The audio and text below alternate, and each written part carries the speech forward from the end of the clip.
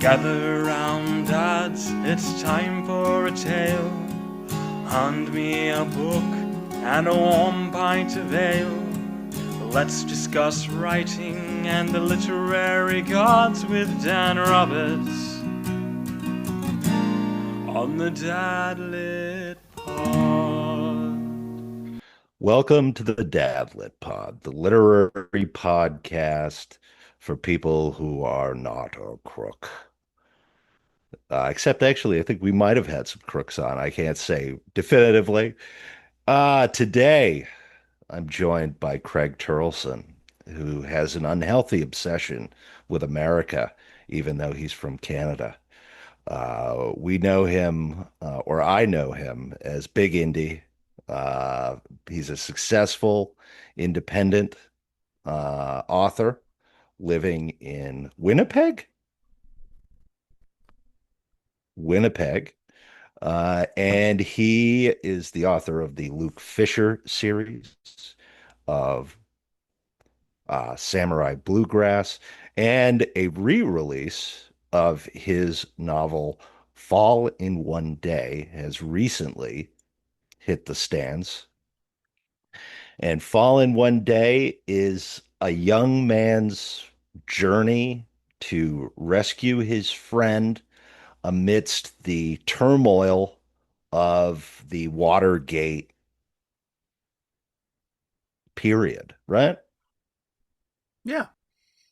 Which is an interesting thing. And we're going to talk about it. Craig, welcome back. Three-time appearance. Oh How is it man. now? Is it any better than the It's first time you were on? well, I think that like we learned we dialogue pretty easily, me and you. I was gonna say Yes. something really silly when it came. Dan, where you been? I've been waiting around here. I log on every day and you're not there, man. No, you're very easy to talk to, and I love doing these kind of things. My son-in-law is part of my Mm, obsession with Americans. My son-in-law is from Oregon. His family's mm, from Oregon. Great family. And I was telling him I was on this podcast. I'm going to record it today. He says, where? Like a Canadian one? I said, no. No, he's a dude from the States, Washington or something. He's like, why? Good question. Why? Why would they I care don't about know. some weird Canadian guy? So, but no, I mean, as I say, and I told this someone who asked me to, I'm getting more, what do you call the questions to blurb books lately. Yeah. People want me to blurb their books, which I don't mind doing if I have time. But I said, well, you do know that I'm not really anything. And he goes, well, but you sell a lot of books in the States, like way more than in Mm, Canada. Like in Canada, I am persona non grata. Like there's some people that know me, but not that many, So yeah. my main audience is the US and the UK. So I Yeah. guess that's part of it. What is wrong with the Canadian character that they're not buying more Luke Fisher novels? I know exactly. And it's sort of like Dan. I gotta tell you, we don't want to talk about this, but genre, uh, Yeah. genre in Canada, not so well respected as Really? it, as it is in the United States. Totally, 100%. Oh man. We got our literary writers, we got our poets, which are all wonderful, wonderful writers. But if sometimes you let it be known that you're writing genre, whatever genre is, it's like a little bit like they stepped in something in their shoe. Like really, Yeah. you know. So that's I think that's part of it. Me and my friend Bob Armstrong, who is just a great writer. Bob, Yeah, wonderful Bob's great. writer. Yeah, he's been on your podcast, hasn't he? Yeah, and I read his book What's it on you? Dad yeah, Dad something. He Oh, wrote a dad, book, adolescence, adolescence. Adolescence. He wrote Yeah. a book about sort of um it's about fathers kind of struggling to contend with um professional failures and owning up to their delusions, which is an interesting book. I have to say, it's a very Canadian book. Like when I read Oh it, yeah. I'm like, this was definitely written by a Canadian. And Yeah, and Bob's last book, which name escapes me, it's over there somewhere. yeah. was published by a press out of Texas. Hmm. And actually, the next book I'm blurbing is Bob's new book. He hasn't sent Hmm. it to me yet, but it's again another what do you call it? Another American publisher. And it seems Hmm. like Bob and I will get together and we'll gripe about this, but it seems like we're going to other markets to get our work read. Hmm. And I think Bob is one of the best local writers that I know, but sometimes it feels like you can't get arrested unless you're in with the right people. I don't know. None of the right Hmm. people are going to listen to this podcast, are they? Yeah. No. Because I don't want the right people to Yeah, listen to this. the right people To are be no, careful what I say.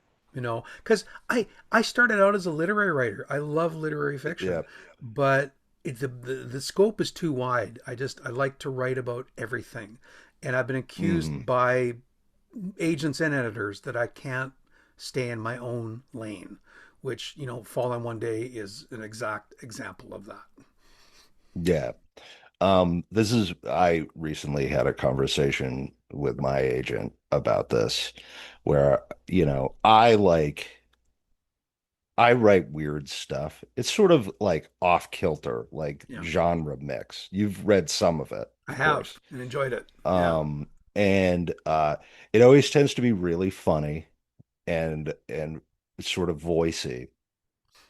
But I wouldn't say that it comes anywhere near sort of literary. It's all very genre fiction. And so when I had a conversation with her, she's like, I told her the project I'm working on, which is, a horror novel Mhm. about this like a weird, fun horror novel that's about w being in high school and teenage brains and how the teenage brain works. And she was like, yeah, but you know, you we're trying to sell this thriller. And maybe you write another thriller. And she said she had another client she was like, yeah, you should be writing another thriller because that's, where the money's going to be and that's what it's, going to sell and that's where it is. And I think the business and the nature of the business um almost definitely shapes what we're out there reading, right? Oh, 100%. Yeah, 100%. Like, I and I think think that I civil would was, argue, yeah. I would actually argue, I'll be honest, I'm always overwhelmed by the amount of stuff I got to read. I wish I read more of your work because I Hmm. think that I would actually call your work literary because I don't, it's such a bullshit term. I don't even know what to do with it sometimes, Yeah. right? Does literary mean it's well written? Because there's genre writers that are great writers. You kind of go, well, no, it's badly Yeah. written. So we won't call it literary because it's badly written. This is just dumb. Like I literary think is a genre by yeah, itself. Mm. yeah. I think that my I don't consider my I was told upmarket. And I would say that what you Yes. write is upmarket as well. But that's a myth.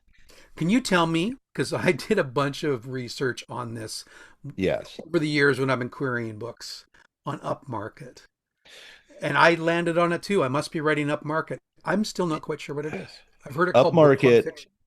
yeah, it's book club fiction. It's high concept. It tends to be high concept.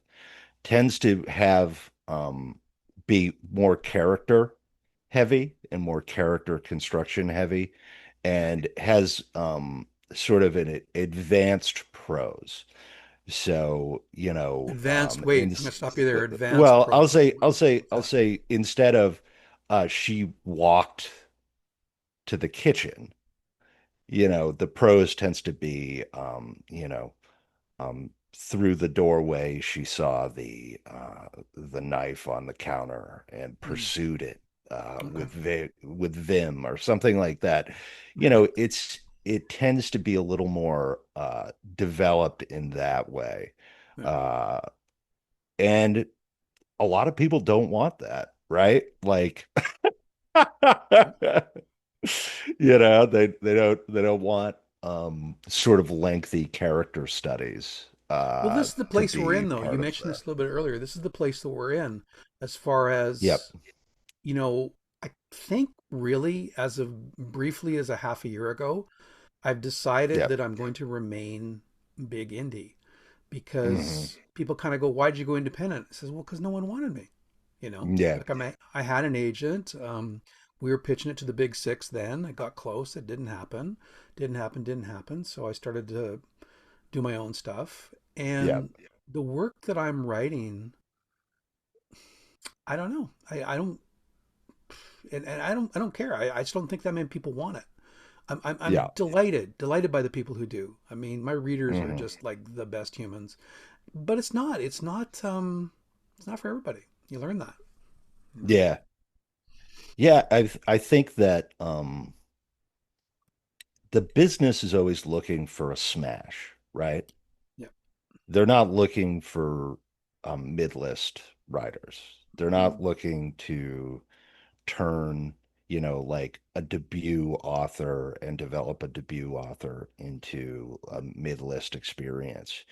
And the sort of feedback that I've gotten from editors through my agent is that the sort of they want it to be perfect. If it's a debut book, it's got to be perfect and on point Yes. and written to so that they have very little that they need to do with it. They don't want to put any work No. on a book that, you know, might sell 10,000 copies. Well, and you That's read these not where they things, want to put the effort. you read the history, and which I've done. I love reading writer biographies.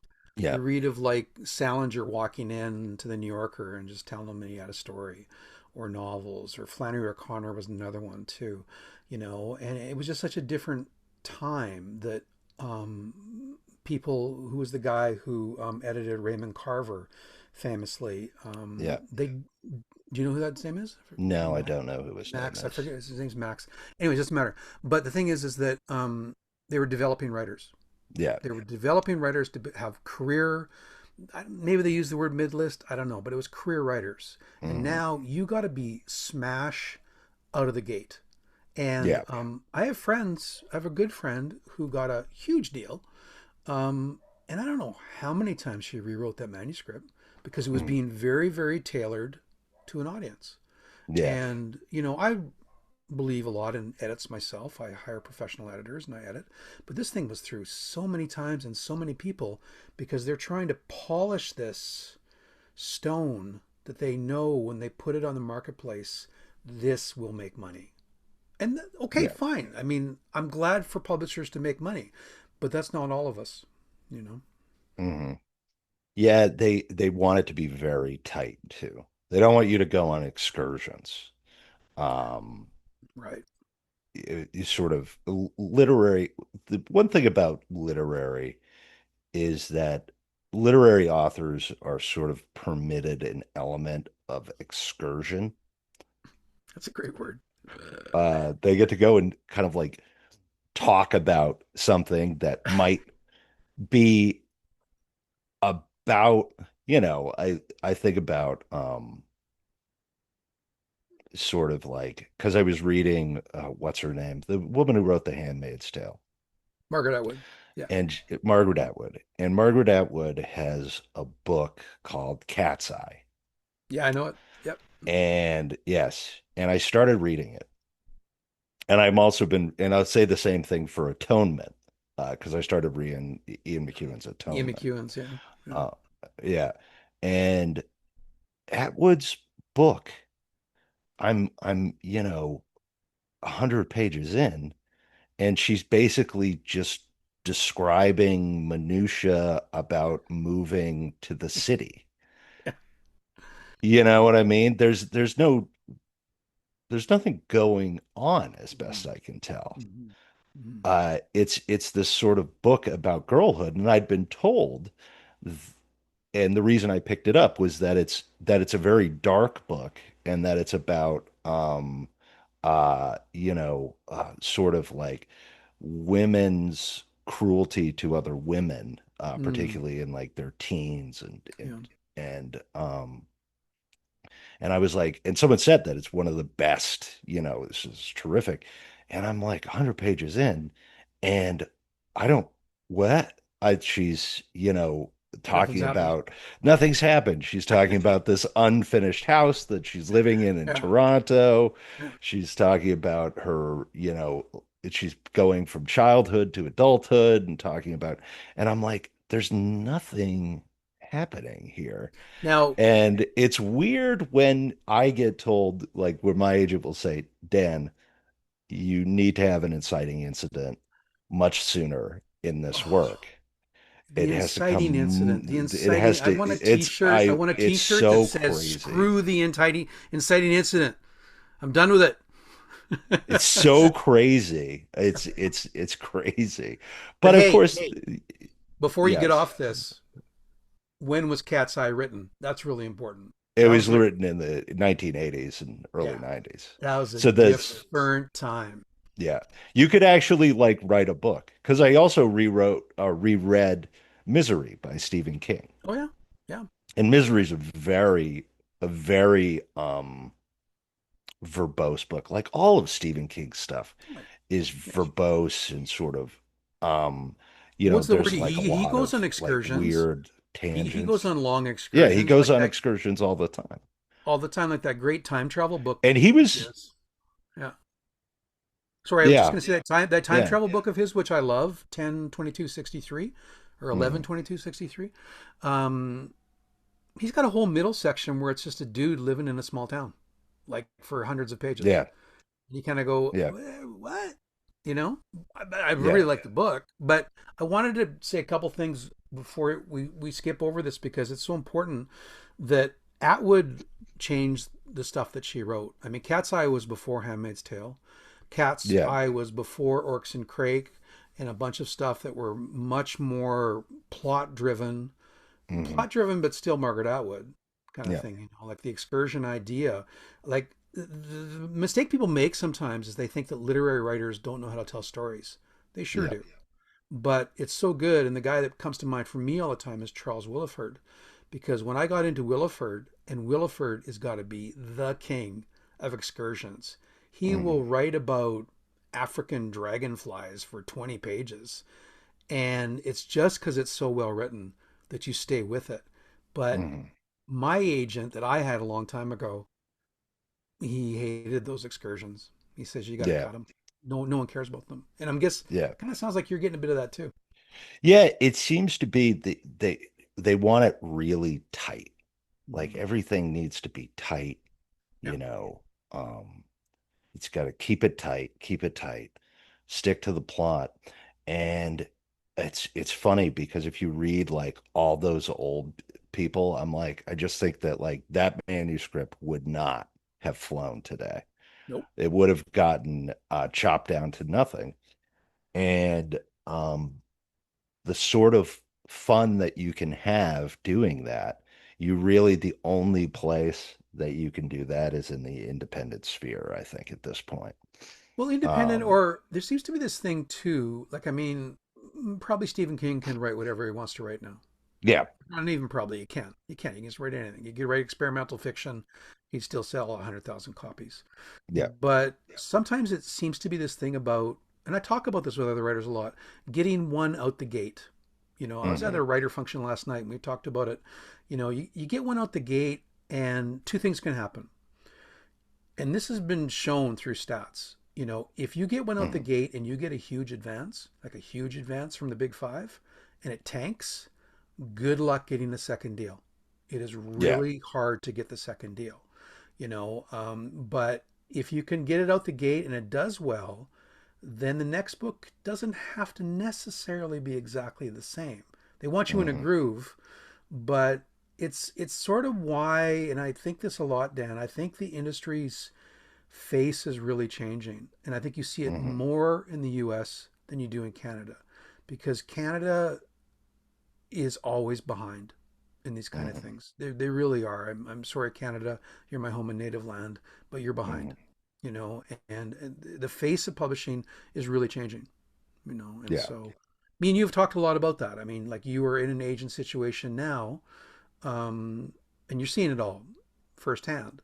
You know, Yeah, well, that's the and I don't want to get down on working with an agent because no, the great. reason I wanted to work with an agent is to learn about these things, right? Hmm. I mean, that's that's the goal is to learn. If a person thinks that they'll get an agent and the agent will just say, "Oh, this is perfect. Everything about you is perfect." Um, that's not that's not what that relationship is. They're Yeah. gonna give you hard truths about your work, and you should listen to them. Yes. And they might be wrong. Uh, but if you're not willing to listen to them, you're doing yourself a real disservice, and you're not taking advantage of I'm that. really surprised. I'm And really the surprised how many writers don't take advantage of that. You know, because my agent, you're yeah, exactly right. My agent told me some hard truths, and he says you're not going to sell this book. mhm, After he had tried to sell it for quite a while, and he says, and here's why. yeah, And you do. It's the same with editors. If you're not yeah, listening to your editor, what are you doing? Like yeah, everyone needs editors, and they need honest editors and honest beta readers too. Your yes, beta reader thinks that everything's great. Eh, everything's not great. I know that. yeah, yeah. I think about it at this point, but I also it's it's so interesting in that I don't think that there's ever going to be a real answer to it. Um, I don't see how publishing sort of pulls out of this state that it's in, where it's a struggle to get like original stuff Yeah, and to get it over the desk and out the door because the focus is on, sort of almost like you said, is presenting the world a polished stone. yeah, They want a polished stone, and I think one of the struggles that debut writers are going to have forever, now that it's so tight, and the authors are a dime a dozen and people aren't really reading, is that you're going to have to be so on point and so competitive and be able to give them, the publisher, what they want. And it's funny to that extent because a lot of these editors seem to have what they want in mind, and I don't see why they don't just commission it, right? Like find competent people yeah, and yeah, commission the book. yeah. I mean, and to add to that, that polished stone thing is interesting because I think it's not that the independents or other writers that are publishing in different ways do not create great polished manuscripts, No. but it's sort of like the editors and the agents, notably of the big five and even some of the bigger small presses, they're trying to polish it in a certain way that they know it will be consumed, right? Yeah. And that's you keep Yeah. bringing up the word tight, and that's actually a really good word Yeah. for it because those who are consuming the more excursion work is a smaller crowd. It just is. Yes. My wife, I love my wife to pieces. She skips over all that crap. She's like, I don't want to read that stuff. Yeah, You my know, wife as well. She's reading Lonesome Dove. right? That's the hot thing, right? That's the hot thing that all the Yeah, women are reading in the United States right now. I've heard. Yeah. But And my sometimes you no, you finish your wife thought. Go ahead. Yeah, Yeah, well, she he, that is nothing but an excursion book. yeah, yeah, Like the underlying drama of it is the excursion. exactly. Yeah, And so to that extent, it's not plot. It's not like a plot heavy. It's an excursion book, yeah, And my wife is like, they're still talking about pigs 100 pages in.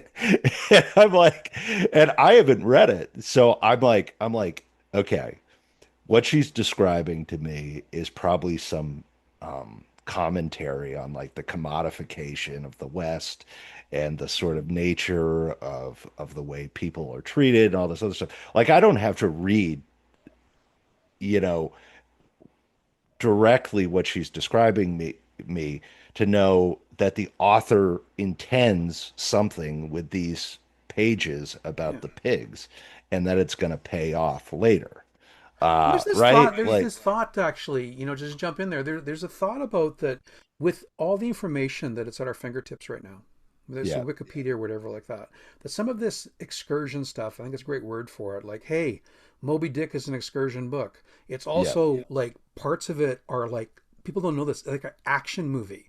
There's a yeah. flaming harpoon thrown across a bridge. There's a dude who jumps into the mouth of a whale.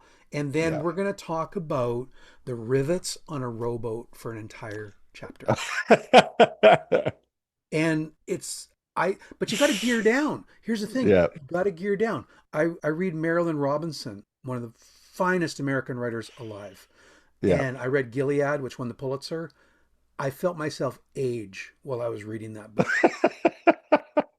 But I had to because I had to Yeah. gear down. This is not a fast book. You Yeah. need to slow down. And I think that for my work, you know, you kind of go, hey, someone comes up to me, hey, loved your book, read it in one day. Great. Took me 8 years to write. Thanks. Yeah. It's like slow I down. would You'll actually you'll catch I more. love I love the idea that someone would read my book in one day, It's mostly exciting. because it's exciting. Yeah. Yeah. Um and and the other thing is that if you that a lot of this advice is actually really good advice.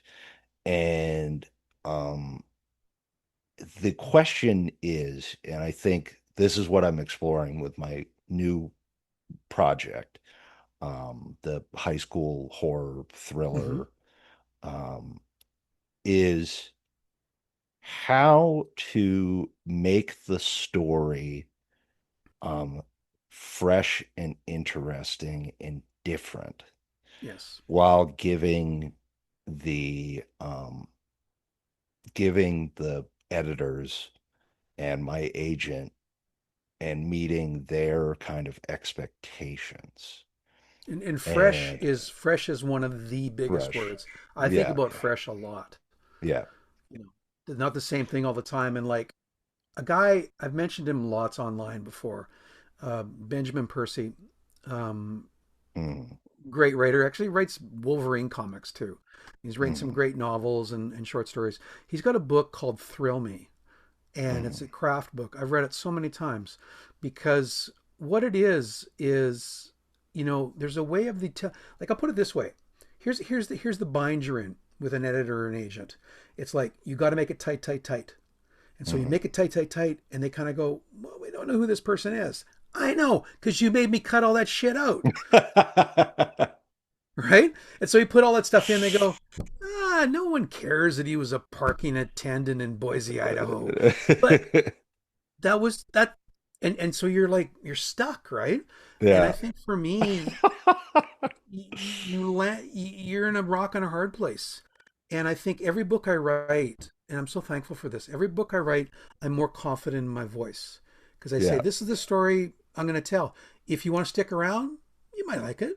I'm going to throw in some jokes, not jokes, but I like humor in books. My favorite quote in the excursion idea is from George Saunders, who's a huge influence on me. And Saunders says, writing the first draft of a novel is like following a drunk man into the woods. And you Hmm. kind of just try to keep him, you got to kind of keep him on the path a little bit. Then he goes off into the woods, bring him back, woods Hmm. back. And, I love those kind of books, but some readers do not. Yeah. So, Yeah. I mean, my thing now is keeping action up in the second act.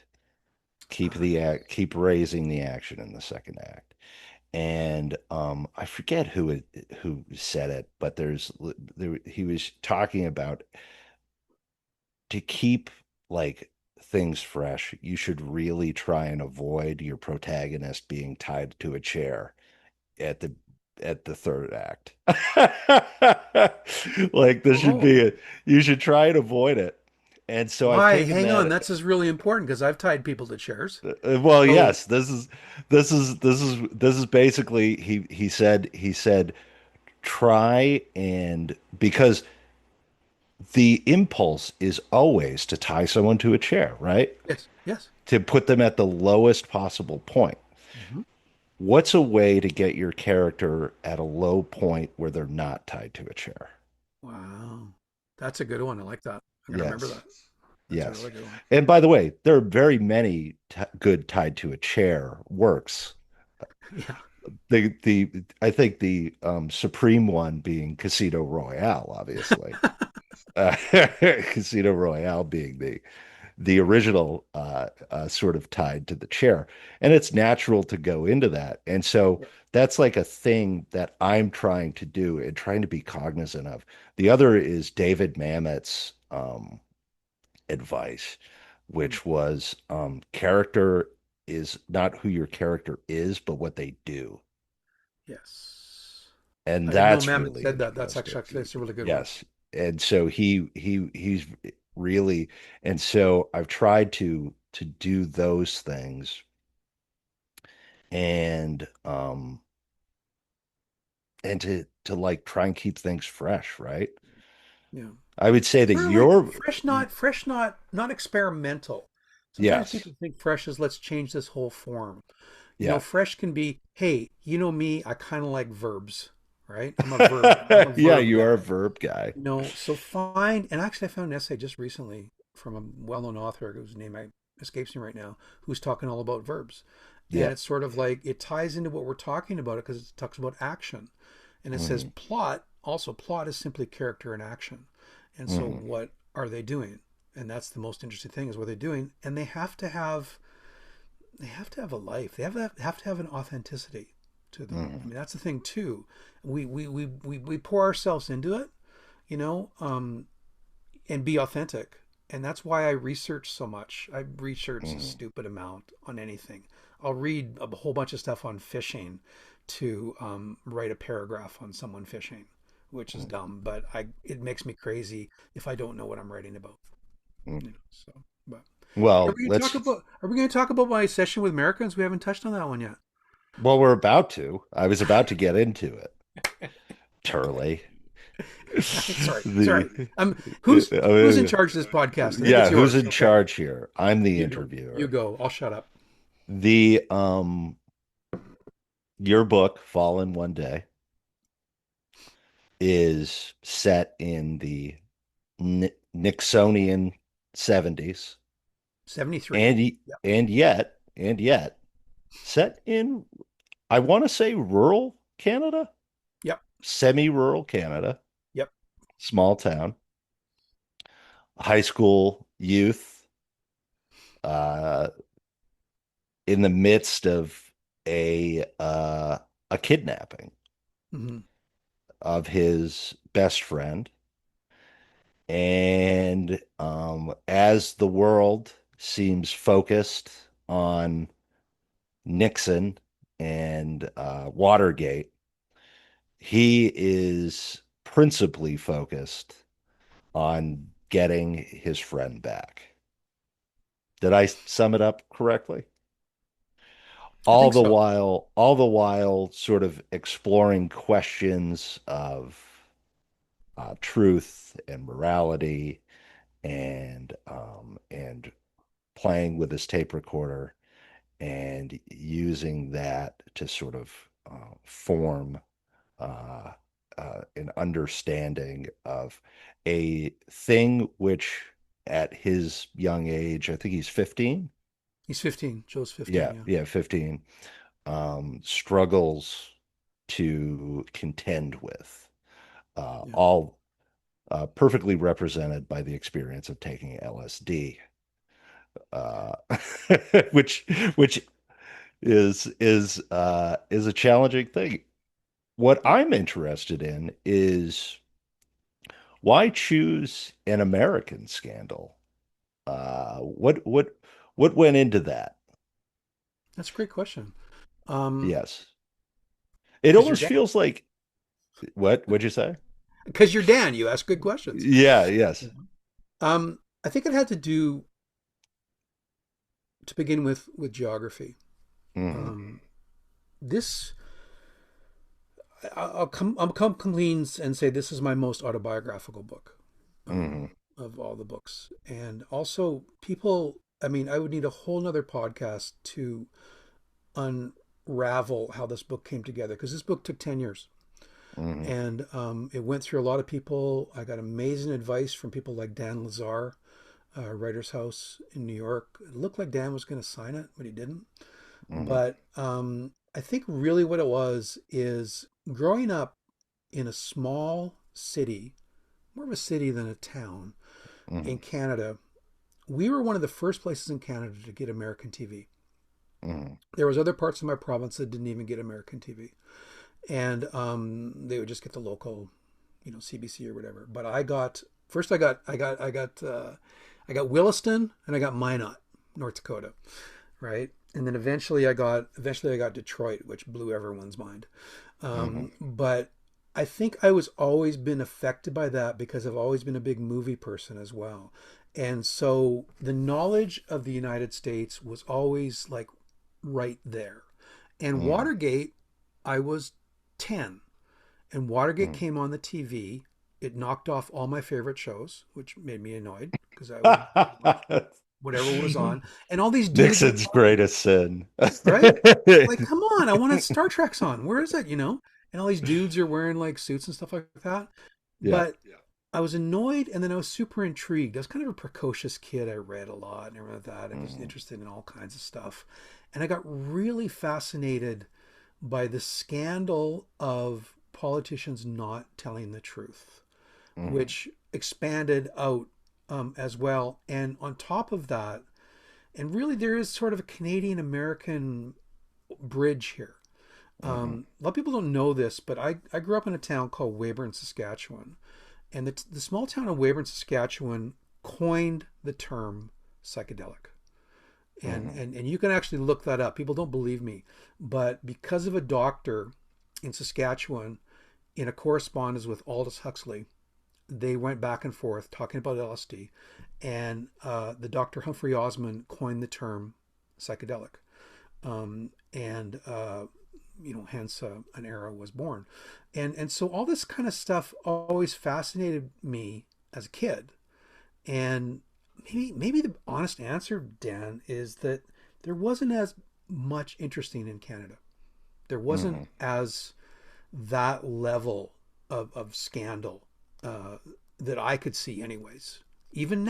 Even now, like I look, there's scandal, but it's just like the scandal is that the prime minister buys gourmet donuts instead of the local donut store. This was an actual scandal. This was an Trudeau went and bought. He was in Winnipeg. He bought from a gourmet donut shop, and he got what? Tim Hortons not good enough for you? Oh wow, that's a high level scandal in Canada. Yeah. Okay, great. I'm gonna see what's on CNN. So that's part of it. Yes. Do you think that Canadians generally see their politics as small stakes compared to American politics? Wow. No, I don't think so. I think they see it as very different. Hmm. There's a bit of a polarity. Some would just think that the American politics is just ridiculous and want nothing to do with it. Hmm. Some have got their head ostrich style in the ground to Hmm. realize they think, oh, the Americans are all crazy. No, no, no, no, no, no. We have crazy stuff here too. And Hmm. there are some big stakes. There's some things that are happening that are very big stakes, especially economically. Hmm. And what's happening with world markets and trade and all that kind of stuff. And so those who are involved, in politics wouldn't see it as small stakes, but they would definitely see it as different stakes. Yeah, I think it's interesting that, for example, Winnipeg is a much bigger city than any of the American cities due south, Oh, right? totally. Yeah, Yeah, hugely so. it's a much bigger city. Yeah. Um, and that intrigues me because, of course, it's not geographically the only thing that you could say about it is that it's colder. Yeah. I mean, it's very Right? cosmopolitan in its own way. I mean, we Yes. have the Toronto, which I used to live in, and we have Vancouver, which I Mhm, visited much, and Montreal. Um, there's a lot of arts that happen here. We have mhm, one of the most famous ballets in the world, Winnipeg Royal Ballet. Neil Young, Guess Who? Like, there's so much music that came out of here, so much art, so much filmmakers. Guy Madden, mhm, filmmaker. Like, there's a lot going on here. Some people joke, they say, because it's so bloody cold, you got to find something to do, mhm. But you point something very important because the cities that are south of us are way smaller. Like, I don't know what, like Yeah. Winnipeg's like 700,000 or 800,000 now. It's huge. It's a big, big Yeah. city. And so you're talking about Canadian urban politics and conversations with very small town in North Dakota or Montana. They're not really the same flavor at all. You go down to Minneapolis, you get more of a same flavor, which I used to Yeah. travel to a Yeah. lot. Minneapolis would be much more, Minneapolis, St. Paul, much more similar to what's going on here. Yeah. Yeah, it's interesting. Because of course, as you say, the book in a lot of ways is there's this very challenging situation that this young man is going through. And overall, that is sort of the crisis of American politics that seems to Yes. occupy his father's mind, occupies the television, even occupies his mind. Well, then I see it as And backdrop. I saw it like, why I mm, mentioned Dan Lazar is this book used to have three narrators. mhm, And Lazar was the one who told me that this is Joe's story. You need to mhm, just focus on Joe and figure out a way how to tell the other stories. And that's actually when the recordings and mhm, Jacobson's diary came about, because Jacobson at one point in the construction of this novel was one of the main narrators. mhm, And I think that the politics, Nixon, all that kind of stuff was the backdrop. mhm, This almost like plays full circle to what we're talking about having a story that's tight and propulsive. mhm, And so the tight propulsive story is his friends missing. That's a very mhm, personal thing. Some writers have said it's a coming of sorry, some reviewers have said it's a coming of age. It's not a term I really like that much, mhm, but it is also something that is propulsive in storytelling. And I mhm. don't write theme. I mean, I think if you write theme or didactic, you're a little bit dead out the gate. I don't look for that. But themes of trust, truth, and especially hidden truth. I mean, I used to think that the log line in my head for this book was, would you want to know the actual truth of something, even if it exposed something that was really bad and hurtful? Would you still want to know the truth? And the whole, without getting into the whole LSD thing, that was an exploration of all that was happening in my city that was hidden. All the early trials of LSD testing in the 50s happened in the hospital in my town where I worked. Now, I didn't work there until 80s, but I worked with people who were there. So it's all rolling around in my head. That's why the bloody thing took so long to write. Yeah, to sort of form itself. Yeah, because I don't know, like, one of the hardest things to ask, turn it on you kind of thing. Like, it's like, hey, Dan, like, tell me what your book's about. Mhm. Like, that's a Well, really difficult question. yeah, I mean, looking back, yeah, I always surprise myself with what it ends up being about because um when I really like my horror book, uh Cursed at the Hanging Pine Inn, or my manuscript. Mhm. Fundamentally, at its basest form, it's about how inconvenient it is to have a dysfunctional family member show up at Christmas. Yeah. and and you find that out very, very quickly. Or you find that out at the end, but that's not what you would go into it. You'd think it was about gender and it was about these sort of things, but fundamentally, what it turned out being about, if anyone ever gets to read it, is that it was about what happens when a dysfunctional family member comes Mm, home for Christmas mm.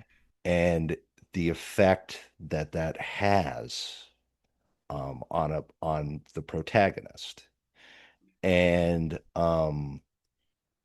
yeah, that's one part of it, but at its base, that's the book's sort of driving idea. Did you, okay, do you out, I forget, do you outline it all? Or No, you, I don't you're outline. like me, you're I just going, I yeah. write the book in my head, Okay. and then I write sort of as I go, Yeah. because things sort of develop. Well, Um, and that's what I love. I mean, it pulls Saunders in again too. Saunders talked about, especially with he was more known for short stories than now he's writing novels, but mhm. talking about watching the stories form like crystals form Yeah. under a microscope, and you don't really know how they're going to go, but you follow them. You follow them Hmm. along. And people would ask me, they ask me this about samurai all the time.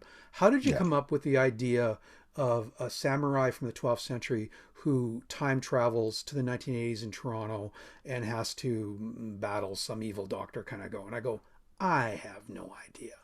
Yeah. It's just, and the same with this one. How did you combine Watergate, LSD, 1973, politics together? I have no idea. Hmm. They just, it happens, and if we follow it, that's the actually, I think that's one of the most exciting things about being a writer, is you follow Hmm. it. Where is it going to go? Some people can do without lining. All the power to them. I can't. I more Hmm. want to follow a story where it goes, and what are the things that are revealed as you tell the story. Yeah. And Fallen One Day, I don't know. It seems like an outlier sometimes. It's a different book than people are used to me writing, but it's kind of a special book too. And I'm Hmm. still not sure I fully understand it. It tackles a lot of stuff. Like as you said, it tackles psychedelics. Yeah, It tackles questions about personal responsibility. yes, It has the underlying plot device of him trying to rescue his friend who's been kidnapped by his father. Where at the same time, are you rescuing the friend? Type of questions. And also sort of I think that second perspective that you talk about, the father, uh, yeah. who is exposed to LSD and sort of Well, and that's develops. why Yeah. those in the re-release, which I was very excited to work on, the re-release of the books, because this was published by a publisher in Ontario, and then I got the rights back, and I wanted to Yeah. redo it. And sort of like the film director that has a bunch of scenes on the ground, and this book had a lot of scenes on the ground, Hmm. including long. I found all the transcripts for the Watergate tapes. This is Hmm. early internet, and I had them all. And I wanted to put some of those back, and I wanted to put Jacobson's stories back, but at the end. I didn't want to Yeah. weave it into the narrative. And what I love is some readers say when they read those sections of Jacobson, who is the father who abducted his own child and was Hmm. also suffering from his LSD experiences, um, it broadened who that character was Hmm. when I put, and I could only do that as an independent author. Yeah. There's no way, like they wanted me to cut, so much from this book. It used to be a much longer book, Hmm. and so the one thing we haven't mentioned that's been important to me, and I'll just out myself on your national. You got about 1 million listeners now, right? So Oh yeah, it's all of um, them. I there's an element of spirituality in this book, um, Yes. Th- because I am a person of faith. hmm. Um, as of last week, I accepted a 5-year gig as a pastor in a small church. Congratulations. Thank you. It's a really special church. It's a church I've been there for like 25 years. Hmm. And there are parts in this when, because I didn't grow up with a faith at all. Hmm. And there's a part of Joe which he doesn't really know what he believes. But Hmm. the book is bookended. This doesn't ruin anything with it. The book is bookended by baptism stories. Hmm. And the editor wanted me to cut them. And I dug in and said, I won't. Hmm. These are important. And what I find is readers who like them really like them, and readers who don't have no idea why they're there. That's Yeah. okay. You know, I'm not trying Yes. to get again. I'm not trying to get like didactic about faith or something like that. It's just about what are the challenges of faith and doubt and what we believe and all those kind of things. These are things that are hugely important to me. So why wouldn't they Hmm. show up in my writing? No, I think that's quite reasonable. Mm. I recall at the end the baptism, and I was like, what I took from it was that this is a very personal story for Craig.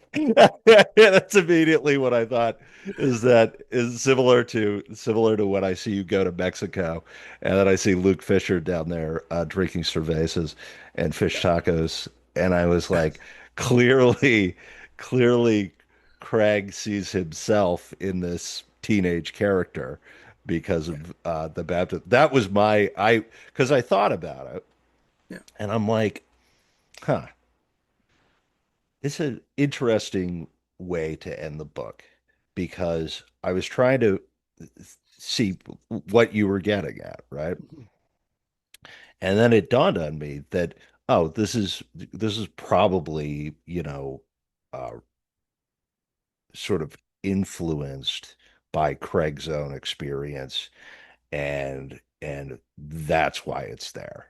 yeah. Was my interpretation of it. Well, then Uh, don't we all like? I mean, again, for my work, but also for your work, we mhm. take these real life experiences, if you want to call them that, Oh, of and course. put them through the lens of fiction. You Hmm. know, so I'm not Joe Beck. My Yes. story is embedded in Joe Beck, but Yeah, it it's not auto becomes fiction. it's not Yeah. autofiction. It becomes something else. Like the Yeah. whole baptism scene at the end of the book never happened to me. That's a Yeah. total Yeah. conjecture kind of thing. But, and here I love saying this in an interview, I grew up with a set of twins, Hmm. and we used to box in the basement. And they were both strong Lutherans. And they told me at the age of 12, according Hmm. to what they learned at church, that I was going directly to hell because I had not been baptized. And they told me that at 12 years old, and it didn't. I mean, whatever, you're 12 years old, who cares? Go ride your bike, you know. But it always stuck with me, you Yeah. know. And so yes, you're I 100% think, on the money. well, I've heard, I grew up in Maine, Right. which Yeah. is a rural state. Mhm. And I get told I was going to hell because I was Jewish all the time. It didn't really bother me because, as I explained to them, I don't believe in it. So it doesn't really, it never really bothered me. Why are people in such a hurry to send us to hell? This is what I I want to know, know. right? You know, whether Right? you're in Maine or in Canada, come on. I think that's funny. School is sort of school days. Yeah. Hell actually doesn't ever figure into my writing. Um, Oh, which is interesting. I've never yeah. thought about that. I have an idea for a book about the border between Canada and the United States. Oh, And one of these little knobby peninsula towns, yeah. which is like American, but you can only access it from Canada type of thing. Right, right. Which and I wanted it to be about, or I want it when I write it to be About what? about borders. Oh, borders, borders. Yeah, of course. Yeah. Yes, and the sort of nature of borders. Hmm. And one of the borders was going to be the sort of border between life and death. Hmm. But in my concept, it was a Viking vision of the border between life and death. So Hmm. sort of this idea of the the intersection or the border there would be like sort of a Viking, a Valhalla I was going to and mention going Valhalla. through. Yeah. Yeah, yeah. And it would just sort of never occur to me um, to integrate hell even into a sort of horror uh, book. It doesn't, it's not a place that occurs in my consciousness, Well, which I think is have interesting. you ever read much about like, because I'm kind of a fan of like scriptures and stuff. Yeah. In the Hebrew scriptures, when they Well, talk there's about Gehenna. well, there's Gehenna, but Gehenna's more New Testament. It's more Yeah. Sheol. Sheol is old. Mhm. I shouldn't say Old Testament. I always say Hebrew scriptures instead. No, That's on okay. purpose. On purpose, Yeah. on like what's called super successionism. Yeah. But Sheol and the idea of whether you call it the underworld, like in my understanding of Hebrew scriptures, is like everybody went there. Hmm. It wasn't this punishment thing. Thank you, Mr. Dante, or Hmm. Milton, who brought that along, because it wasn't a bad place. Everyone just went there, and the Yeah. concept of hell as this bad place was not there. Yeah. So I'm fascinated by how the Hebrew faith, Jewish religion, talks about what that place was and Hmm. how things got really changed. So Hmm. it is something that fascinates me. Maybe I'll slip it into a book, but probably Hmm. not. Like you're right, I'm not consciously. I'm more intrigued in what you just said about borders, Yeah. about those places. Like the Celts is the last thing I'll say about this. The Celts have this really interesting idea called the thin place. And the Hmm. thin place is in places in our world where our secular world, or whatever you want to call it, meets the spiritual world. And there's some places where that border is so thin, it's almost like Hmm. you can put your finger through it. Yeah. That The fascinates me. yeah, I was intrigued by it. Well, the sort of idea of it is this idea of this town that is on the border with Canada. Yeah, And I was reminded of there's this town, I think it was in Vermont or something, I know this one. Yeah. where after 9/11, all of a sudden people to just go to their neighbor's house had to go through like a like a border Yeah. crossing. Yeah. And it was really annoying. And I was thinking particularly about the experience of Americans with OUIs can't get into Canada, What's an OUI? operating under the influence. Oh, okay. We call them Yeah, so DUI, yeah, DUIs. DUI. Yeah, it's a DUI. But Canadians who have DUIs can come into the United States. I didn't know that. Yeah, yeah. And so the uh the the protagonist, I sort of thought about how great it would be if the protagonist had to walk his girlfriend to one of these border stations and Hmm. had to sort of leave her at the border station. He couldn't walk her home, Yeah. even though even though, it's like right there, Huh. that he couldn't Huh. walk her home. And what would result if the girl disappeared? Ooh. And the sort of complications of trying to find her and how the underlying element of the border itself would prevent people from coherently responding to this threat, right? And and it's formed in that way. And then I had this idea about um borders between worlds. And I had this character that I saw a guy, he was an older Asian man, and he was in this gigantic truck, this big like Ford, like really high up, and he was smoking a cigarette, and he had it hanging outside the door. And I said, that guy would be the coolest guy to place in a horror movie and have him fight his way out of Right. That's, by the way, that's a super cool premise. I feel like you've maybe described a little bit of this before, so you haven't started writing Yes. it yet, because that's No, I that's a haven't. you should get at Yes. it. When we're done, I want you to get Yes. at it and write 5 pages. Yes. But so I think that's funny. That's how a story comes together. But obviously none of those things, you know, coherently like your book. Yeah. You it occurs to us to do it. Like my current manuscript where I'm writing about teenage brain chemistry, uh um pesticides and chemical agents, and to a certain extent the sort of like uh, wanting to tell fun like a fun horror story about a high school. Hmm. It doesn't necessarily fit together until you get it on page, and it's tough to explain it. No, no, exactly, exactly, and that's why I don't like to explain stuff too early on Yeah, because of that. Before I get on the page, yeah.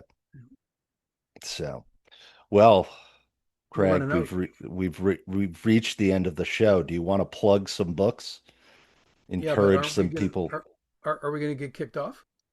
No. No, Oh, no, I thought we were. Okay. no. It just keeps going. Okay. We could actually go all day if you want. Well, we might. We might have Yes. to. We got a lot of shit to clear up here.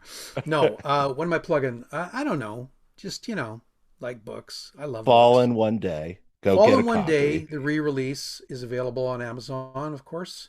I think it's an interesting book about truth, about history, about politics. It has a lot of hidden little histories that are still unraveling now. Like other Hmm. writers talking about these books, like Polland. I can't remember his first name. Michael Pollan writes about it, and so it's got some fascinating bits. And it's always Luke Fisher. I just got back from Mexico. I'm working on some new Fisher stuff because I Great. love Fisher. So just yeah, my the nice thing about having a weird Norwegian name, by the Hmm. way, first settled in a place called Wisconsin. Also a Hmm. little bit of an American obsession there. Um, uh, a Well, we know weird Luke Fisher is part of your American obsession. right, right. So you can look me up pretty easily. Find me Yes, on the Twitter and find me on the Zon and all those kind of places like that. But you need to get out there and get that best-selling book so I can talk to you about that. I know that. I know that. Well, we can talk about it a little more later. Okay. Well, Craig, thank you for joining me. This has been an episode of the Dad Lit Pod. Go and get some Craig Terlson, some work by Craig, Thanks, Dan. who I call Turley, and I did You a can good call me job Turley. not using that. Yeah. So, Okay, cheers. cheers. Our time together has come to an end. It's time to return to your wife, kids, and friends. It's time to pick up those books you forgot while you wait for the next Dad Lit Pod.